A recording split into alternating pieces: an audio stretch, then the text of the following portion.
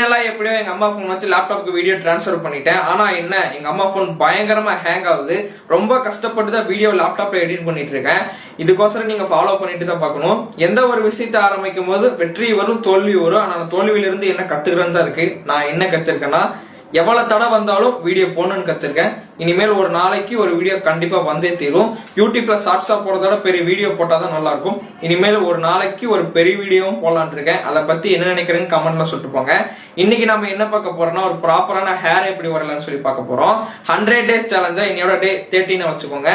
100 days சேலஞ்சில் என்னோட நீங்களும் travel பண்ணணும்னு நினைச்சீங்கன்னா மறக்காம ஃபாலோ பண்ணிட்டு நீங்களே என் கூட டிராவல் பண்ண ஆரம்பிச்சிருங்க. வாங்க அந்த ஹேர் எப்படி வரலாம்னு சொல்லி பார்க்கலாம்.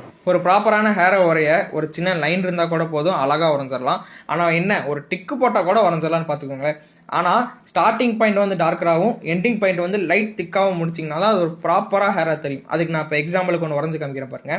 சென்டரில் மட்டும் ஒரு கேப் விட்டுறேன், ஏன்னா அது வந்து வாக்கு எடுத்து செய்யணும் மாதிரி ஆயிரும். ஸோ இப்போ நான் ஹெச்பி பென்சிலை எடுத்து சும்மா மேலே கீழே ஒரு லைன் மாதிரி இழுத்து விட்டேன் இல்லையா. இப்போ நான் ஒரு டார்க்கரான பென்சிலை எடுத்து இப்படி செட் பண்ணுறேன். அதே மேலே செட் பண்ணி பண்ணும்போது அது வந்து அப்படியே திக்காக வரது உங்களுக்கு நல்லாவே தெரியும். இப்போ நான் லைட்டிங்க்கு ஒரு சின்ன எரேசர் எடுத்து சென்டரில் மட்டும் லைட்டாக ஒரு ஷேடிங் மாதிரி கொடுத்தேன்னா அது அப்படியே லைட்டிங்காக வரும். அப்புறம் நான் ஹெச்பி பென்சில் எடுத்து அது மேலே அந்த லைட்டிங் பண்ண மேலே கொடுத்தீங்கன்னா தான் அது அப்படியே ப்ரொஃபஷனல் லெவலில் மாறும்னு வச்சுக்கோங்களேன். அப்புறம் டீட்டெயிலிங்க்கு வெளியே ஹெச்பி பென்சிலை வச்சு நான் வெளியே இப்படியே ஒரு கோடு மாதிரி போட்டுவிட்டேன்னா ஒரு ப்ராப்பரான ஹேரை வந்துடலாம்.